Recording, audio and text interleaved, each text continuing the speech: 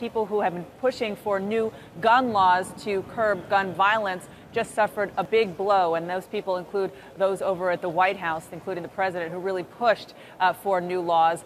The bipartisan compromise to expand background checks on guns just failed to break a Republican filibuster. The vote was 54 to 46, so technically 6 votes short of the 60 needed to break that filibuster. It is a huge loss and a huge disappointment to the Democratic senator from West Virginia, Joe Manchin, the Republican senator from Pennsylvania, Pat Toomey, both of whom have had A ratings from the NRA and said that they wanted to go ahead and do this in order to change the way things are post-Newtown, but they just could not convince enough senators, particularly Republicans, to go along with expanding background checks. It would have just been to gun shows and internet sales, but too many senators said that they did not think that that was the right way to go. This is probably, Jake, the closest that they thought that they could come to changing gun laws. There will be other amendments that we're going to see, but in terms of the real sort of prize for those looking to expand gun restrictions,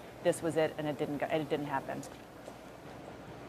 And Dan, I'm wondering how much of this was because of principled opposition to the Manchin-Toomey amendment, and how much was it an issue of risk-reward? In other words, there really was very little potential reward because it probably was never going to pass the House of Representatives, even if it was going to be voted upon in the House. So it, for some senators, might not have even been worth the risk of voting for it, since it would not have become law.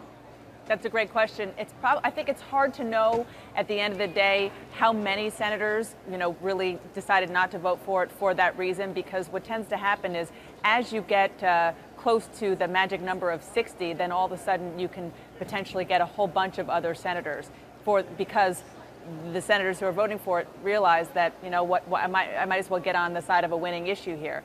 To your point, that's exactly what did not happen here. You had Gabby Giffords, Mark Kelly, of course, who have been really pushing for new gun laws. They're here actually as we speak. You had Newtown families going around, and they just could not convince enough of these senators to go along with it. And you talk to some of them, and they argue it's because they were too worried about, as you put it, the risk, particularly from backlash from the NRA.